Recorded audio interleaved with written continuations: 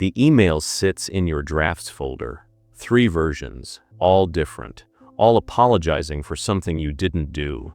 Your finger hovers over, send, while your stomach twists itself into knots. And somewhere in the back of your mind, a quiet voice asks, when did you become this person? The person on the other end isn't even angry yet. They haven't threatened you. They haven't raised their voice. They just exist. And somehow, that's enough to make you rearrange your entire day, your words, your boundaries. They're not attacking you. They're pulling a string. And the worst part? You tied it there yourself. You handed them the thread, smiled while they wrapped it around your decisions, and called it being considerate. Here's what most people miss. Control doesn't announce itself. It doesn't kick down your door or make demands. It just asks, softly, repeatedly. Until asking becomes expecting. Until expecting becomes requiring. A coworker who always needs just one small favor. A friend who texts at midnight because you're the only one who gets it. A family member whose emergencies somehow only you can solve. Not manipulation, strategy. And you're so focused on being good, being helpful, being reliable, that you never stop to ask the one question that changes everything. Who decided what your obligations are? This video isn't about cutting people off or becoming cold. It's about seeing the architecture of control before it becomes your entire reality. About recognizing the difference between generosity and servitude. About learning to say no without explaining, without apologizing, without softening the blow until it doesn't mean anything. By the end, you'll know the 9 strings people use to turn you into their resource. You'll see the exact moment they're pulled. And you'll have the scripts to cut them without drama, without guilt, without becoming the villain in someone else's victim story. Drop a comment which string gets pulled most in your life. Money, time, or emotion. Let's begin. Most people think manipulation looks like anger. It doesn't. It looks like need, vulnerability, a request wrapped in trust. Machiavelli understood something most people spend their whole lives missing. Power isn't about force. It's about creating dependency. The prince who controls resources controls behavior. The person who controls your sense of obligation controls your time, your money, your attention. The strings aren't pulled through intimidation. They're pulled through 3 invisible mechanisms. Reciprocity debt. They give you something small, then collect something large. Identity capture. They define who you are, then hold you to it.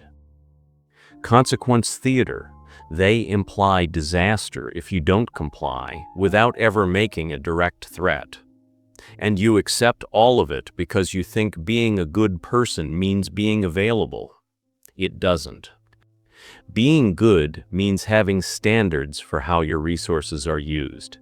Being strategic means recognizing when someone's emergency is just their poor planning, repackaged as your moral obligation. Principle 1. The favor bank fraud. Relationships are built on mutual help. Some people bank your generosity and never make withdrawals available to you. Machiavelli wrote that men are quick to change masters when they expect improvement. Translation: people don't value what costs them nothing. When you give without boundaries, you don't create gratitude, you create entitlement. Here's the test. Think of the last 5 favors you did for someone. Now think of the last 5 they did for you.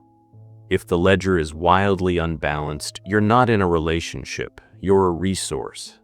They ask for help in ways that make refusal seem cruel. I wouldn't ask if it wasn't important. You're the only one I can count on. I'd do it for you. Notice the frame, your character is on trial. Say no, and you're selfish. Say yes, and you're enslaved. Never argue inside a frame designed to shrink you. Change the court. When they say, "I really need you to cover my shift this weekend," most people either cave immediately or make excuses. "I'm sorry, I can't, I have plans." The excuse invites negotiation. "Can't you reschedule?" Now you're defending your right to your own time. "I'm not available. Full stop. No explanation, no softening. Explanation is permission for them to problem solve around your boundary. If they push, "I need a favor more than you need a reason." Watch what happens. Healthy people accept it and move on. Controllers get agitated. They escalate. They guilt. And in that escalation, they reveal exactly what you are to them. Not a friend, a function. Principle 2. The crisis manufacturer. I used to think emergencies were random. They're not. Some people manufacture them on schedule because they've learned something powerful. Urgency bypasses judgment. Your phone lights up. 2 a.m. "Hey, are you awake? I really need to talk." Your heart rate spikes. Something's wrong. You call. They answer, voice shaking. "I'm so sorry to bother you. I didn't know who else to call." 20 minutes later, you realize this emergency is the same problem they had last month and the month before. And it's not actually a crisis. It's a pattern. They show up every time.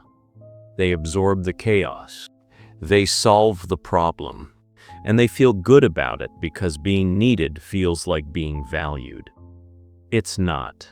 Jung called it psychological vampirism. Some people stabilize their internal chaos by exporting it to you. Your calm becomes their resource. Your time becomes their release valve. And here's the trap. They never have emergencies during business hours, never when it's convenient. Always when it costs you sleep, focus, boundaries. Create response latency. When the crisis text comes in at 2 a.m., respond at 9 a.m. "Just saw this. Hope you're okay." If it was real, they found another solution.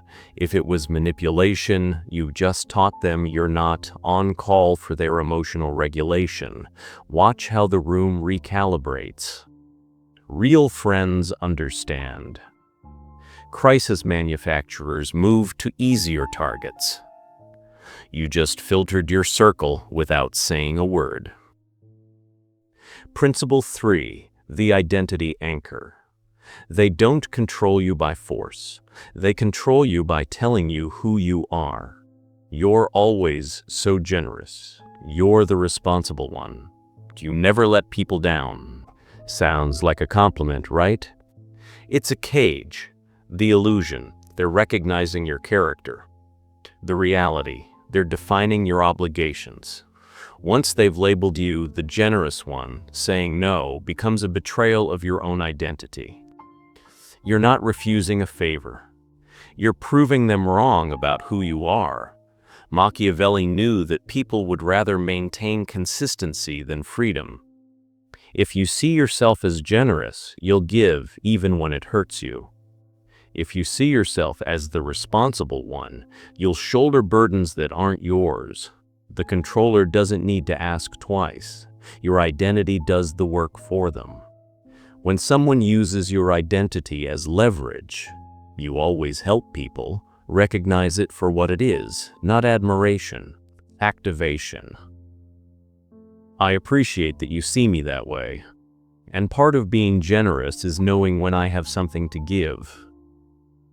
You're not rejecting the identity. You're redefining its terms.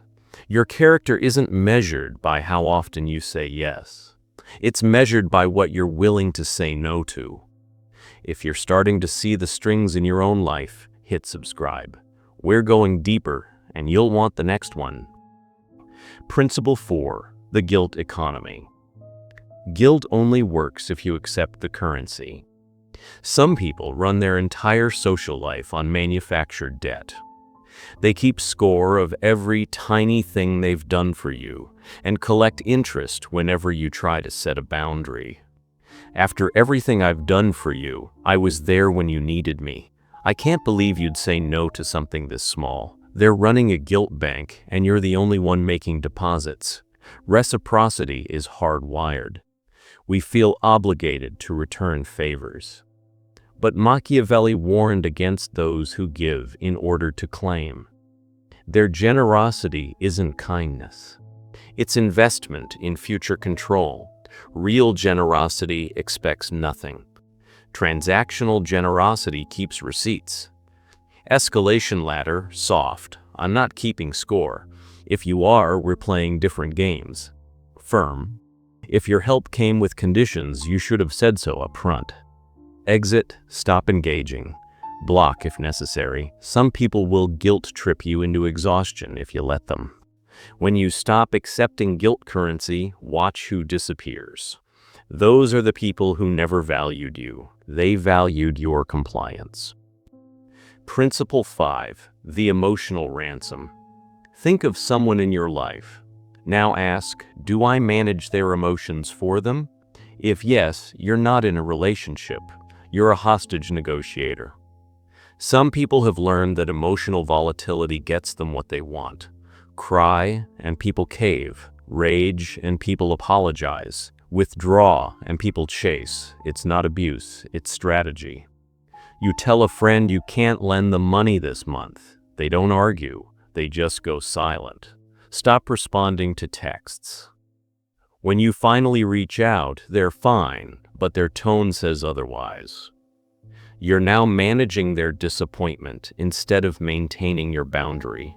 I'm not responsible for how you feel about my decisions. Then do not explain, do not comfort, do not negotiate. Their emotions are theirs to regulate.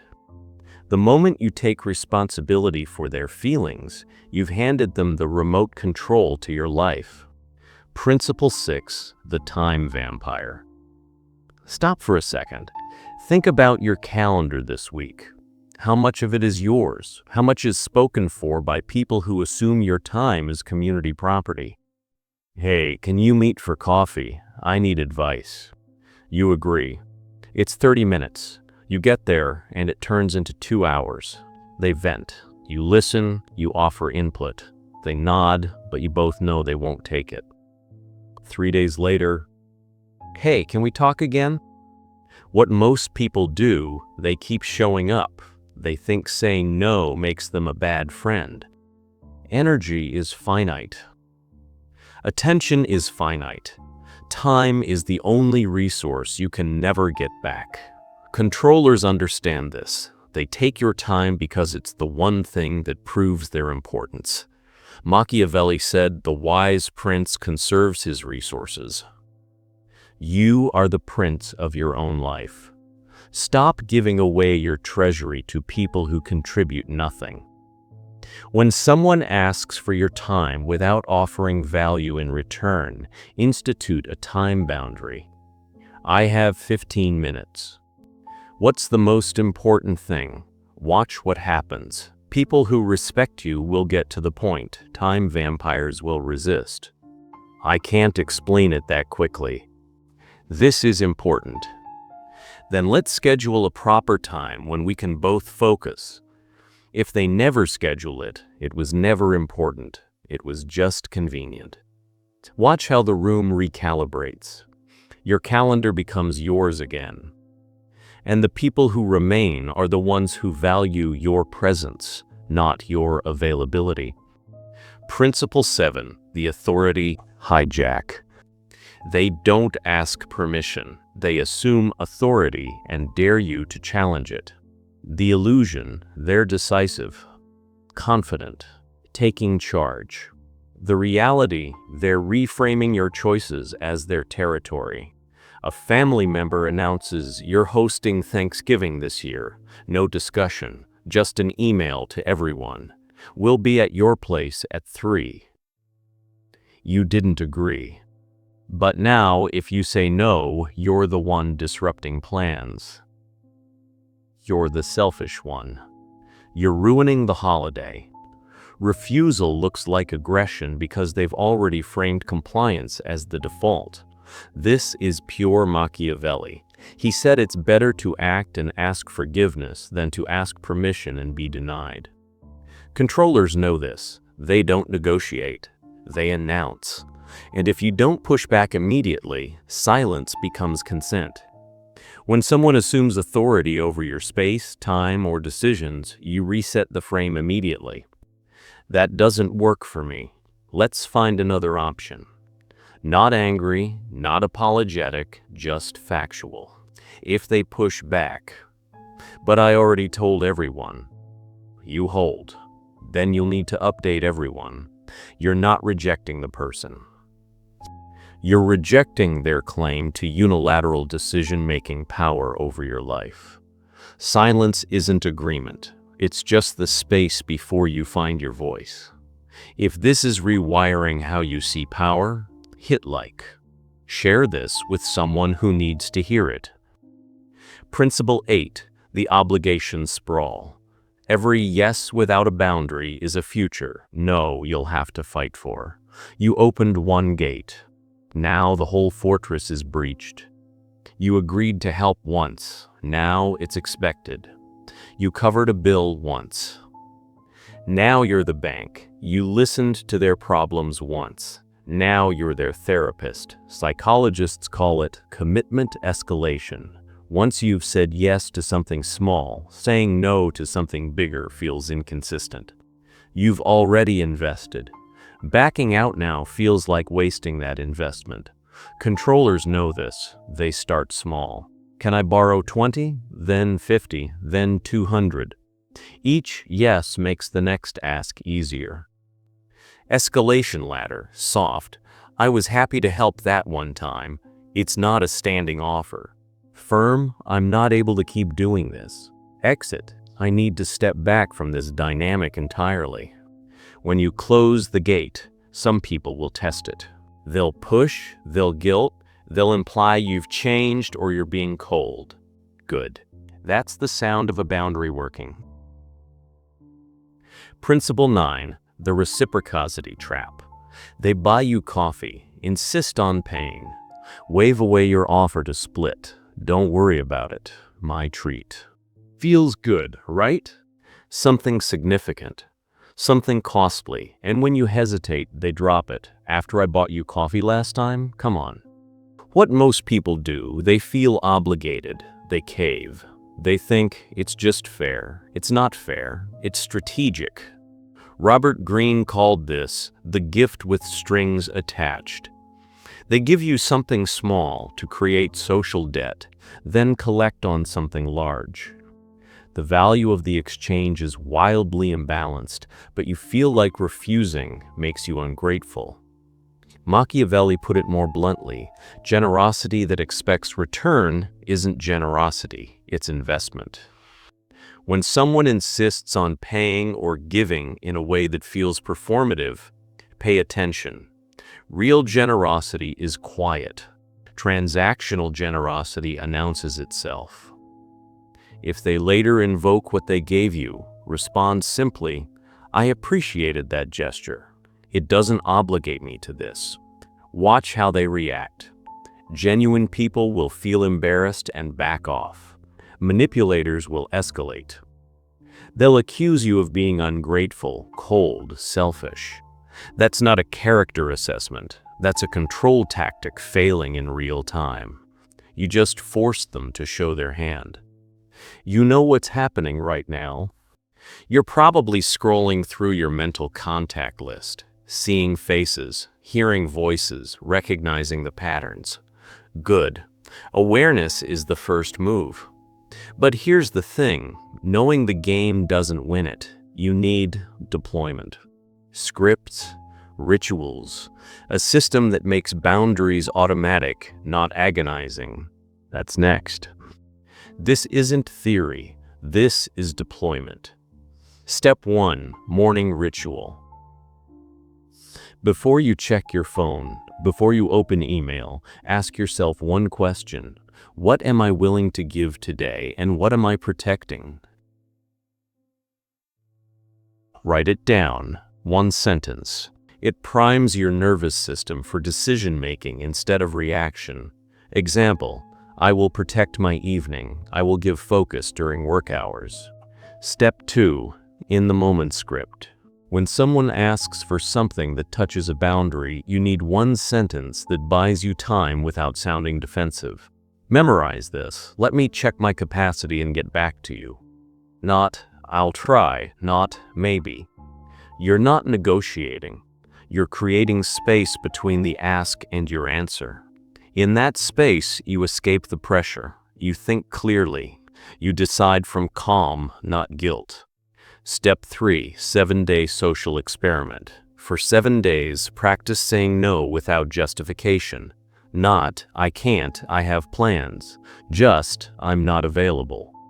That doesn't work for me. I'm going to pass. The goal isn't to be rude. It's to retrain your nervous system. Most people are so conditioned to soften refusal that they forget. No is a complete sentence. Track how people respond. Notice who respects it and who interrogates it. Open your phone. Look at your last 20 conversations. For each person, ask, does this relationship refuel me or drain me? If I set a boundary, would they respect it or punish me? Make 2 lists, allies, people who give as much as they take, extractors, people who only show up when they need something. You don't have to cut anyone off, but you do need to know who's in which category. Allies get your best. Extractors get your boundaries. Step 5, evening review. Before bed, ask yourself 2 questions. 1, where did I say yes when I meant no? 2, what will I do differently tomorrow? Write the correction. Example, tomorrow, when Alex asks me to cover his shift, I'll say I'm not available instead of making an excuse. This isn't about guilt, it's about iteration. You're training a new reflex. Every correction makes the next boundary easier. Here's what nobody tells you about boundaries. People will react. Not everyone, but some. The ones who benefited from your lack of boundaries will accuse you of changing, of being selfish, of not being the person they thought you were. They're right. You're not.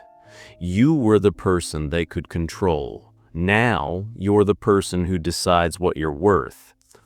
And here's the part that'll keep you up at night. Some relationships won't survive this shift. Some people only liked the version of you that said yes, the version that absorbed their chaos, the version that made their life easier at the expense of yours. When you stop being that person, they'll leave. Let them. A relationship that requires your self-abandonment isn't a relationship. It's exploitation with a friendly face. Machiavelli wrote that the prince must be both lion and fox. The lion to scare off wolves. The fox to recognize traps. You've spent this entire video learning to see the traps. The strings, the mechanisms of control disguised as care. But seeing isn't enough. Power, real power, isn't dominance. It's self-command. It's the ability to sit in discomfort without reacting. To hear guilt without accepting it. To feel the pull of obligation and choose differently anyway. Most people think strength is loud. It's not. Strength is the quiet refusal to be moved by manipulation. Strength is saying no and not filling the silence with explanation. Strength is watching someone escalate and staying calm. That's what this is about. Not cutting people off, not becoming cold, not turning into the kind of person who uses these tactics for exploitation. It's about becoming uncontrollable in the most powerful way possible. You control yourself. One more thing before we close. Everything I just taught you can be used two ways. You can use it to protect your dignity, to reclaim your time, to build relationships based on respect instead of extraction. Or you can use it to manipulate, to control, to turn other people into resources the way you've been turned into one. Don't do that. The world already has enough people pulling strings. It doesn't need another one. Use this to defend, not to exploit. Use this to recognize when someone's playing games with your life, not to start playing games with theirs. The line between strategy and manipulation is intent. Keep yours clean. If you made it here, you're not like most people. Most people feel the pull and never question it. They spend their entire lives as someone else's resource, wondering why they're always exhausted, always broke, always available, but never valued. You're different. You saw the strings. You learned the mechanisms. You have the scripts. Now comes the hard part, using them. Because here's the truth nobody tells you. Knowing what to do and actually doing it are separated by one thing: courage. Courage to disappoint people. Courage to be called selfish when you're just being self-respecting. Courage to sit in the discomfort of someone's guilt trip and not cave. But every time you hold a boundary, it gets easier. Every time you say no without explaining, you rewire your nervous system. Every time someone tests you and you don't fold, you prove to yourself that your dignity isn't negotiable. And eventually, something shifts. You stop being the person people test. You become the person people respect. If this changed how you see control, subscribe. I'm building a library of strategic psychology for people who refuse to stay naive. The next video breaks down how to recognize emotional manipulation in real time and neutralize it without confrontation. Second, drop a comment with one sentence. Your commitment. What's one boundary you're setting this week? Not what you wish you could do, what you're actually going to do. Make it specific, make it real. Third, share this with someone who needs it. Someone who's always giving, always available, always apologizing for taking up space. They need to see the strings too. Remember that email? The one sitting in your drafts? 3 versions, all apologizing for something you didn't do. Delete it. All of them. You don't owe anyone an explanation for protecting yourself. You don't owe anyone access just because they're used to having it. You don't owe anyone a version of yourself that makes their life easier at the expense of yours. They're not pulling the strings anymore because you just cut them.